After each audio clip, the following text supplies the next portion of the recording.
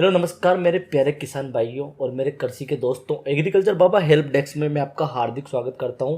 इस चैनल पर हम बात करेंगे पेस्टिसाइड से रिलेटेड और कृषि से रिलेटेड उन सारी जानकारियों को जिसकी वजह से हम काश्तकार भाई और हम कृषक भाई पीछे रह जाते हैं और अच्छी पैदावार नहीं ले पाते या फिर अपनी फसल को खराब कर लेते हैं। तो चलिए राम राम इस चैनल की और इस वीडियो की शुरुआत करते हैं।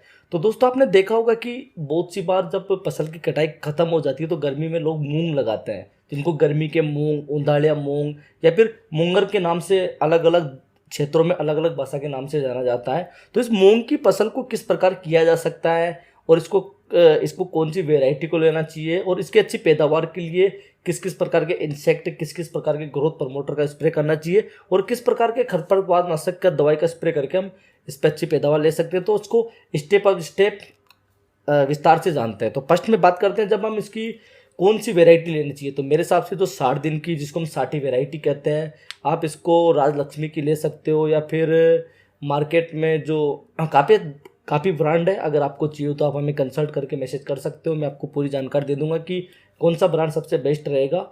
उसकी 60 दिन वाली वैरायटी की आप बुआई कर सकते हो। जो फसल अगेती फसल बोलते हैं, जिसको जो जल्दी बुआई वाली फसल होती है, वो कटने के बाद अगर वो खेत खाली होता है तो उसमें आप इसकी बुआई कर सकते हो। उसके बाद जब ये छोटी छोटी अवस्था में होता है और जब हल्का हल्का घास उगना स्टार्ट होता है, उस समय आप इसमें फेनोक्सा 9.3% का, जो आप 15 से लेकर 20 ml के बीच में, और उसके साथ में लेमड़ा, दोनों को मिक्स करके इसके साथ स्प्रे कर सकते हो, ताकि छोटी छोटी अवस्था में जो घास होता है वो उसी समय अगर दब जाएगा और लेमड़ा के स्प्रे से इसके अंदर जो भी हल्के फुल्के कीट होंगे वो मर जाएंगे, तो फसल जल्दी ग्रोथ कर जाएगी। और अन्यथा अगर फसल थोड़ी बड़ी होती है और सभी प्रकार का चारा होता है तो आप उस अवस्था में इमेजा थापर के साथ में निशान सुपर, जिसको फेनोक्सा 9.3% सपेक्स कंपनी के निशान सुपर में रिकमेंड करूंगा, क्योंकि मैं यूज करता हूं खुद। आप अपनी कंपनी के अपने क्षेत्र के अनुसार यूज कर सकते हो, उसका इसमें साथ में स्प्रे कर सकते हो। और उसके साथ में अगर आपको कोई इंसेक्ट की शिकायत दिखती है तो आपको मैं रिकमेंड करूंगा ओएसिस कंपनी की सिस्टोरा। ये लट को और थ्रिप्स को दोनों को मारती है।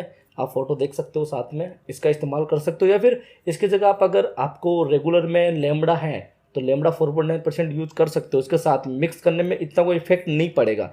हालांकि मिक्स करना गलत है, ये जेन्युइन तरीके से एक सही तरीका नहीं है, लेकिन कर सकते हो क्योंकि एक जेनुअली तीसरी फसल के रूप में माना जाता है। तो इसमें आप एक्सपेरिमेंट कर सकते हो।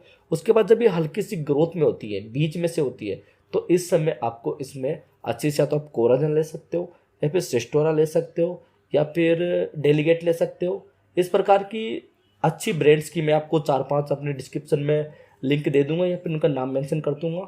इनको आप ले सकते हो। इसके साथ में आपको ग्रोथ प्रमोटर, जिब्रेलिक एसिड या फिर वन वे एमपीपीएल कंपनी का, ईसाबोन, एम्बिसेंस या फिर अच्छी सी कंपनी का ग्रोथ प्रमोटर, वो साथ में लेना है। और इसके साथ में आपको विशेष तौर पर थाइनोक्सान 30% या एफएस फॉर्म वाला भी ले सकते हो। अगर आपको एफएस फॉर्म वाला सूटेबल नहीं है क्योंकि ये बहुत हल्की फसल होती है, तो आप इसको डब्ल्यूजी फॉर्म में ले सकते हो। या फिर इमीडा 70%, उसकी भी 4 ग्राम, या तो सबसे बेस्ट रहेगा कि आप इसके साथ इमीडा 4 ग्राम 70% की इसमें टंकी में मिलाकर और साथ में चिप को मिलाकर उसका स्प्रे कर देना है। उसके बाद इस फसल में अगर आपको लास्ट में कीट की समस्या दिखे, पूरी पलियां मतलब अच्छे से पकने के बाद, तो लेमड़ा का स्प्रे कर सकते हो, फिर क्लोरो का स्प्रे कर सकते हो। वो जब करोगे जब फूल अवस्था पूरी खत्म हो जाएगी, उसके बाद आपकी फसल अच्छे से पककर तैयार हो जाएगी। इसमें किसी भी प्रकार की दुविधा नहीं आएगी। अगर आपको इसी प्रकार के किसी भी प्रकार की खेती की समस्या, फिर पेस्टिसाइड की समस्या का कोई भी वीडियो चाहिए, तब एग्रीकल्चर बाबा हेल्प डेस्क को सब्सक्राइब कीजिए, हमें सीधा कंसल्ट कीजिए और हमसे बात कीजिए। आपको पूरी जानकारी निःशुल्क मिलेगी। राम राम।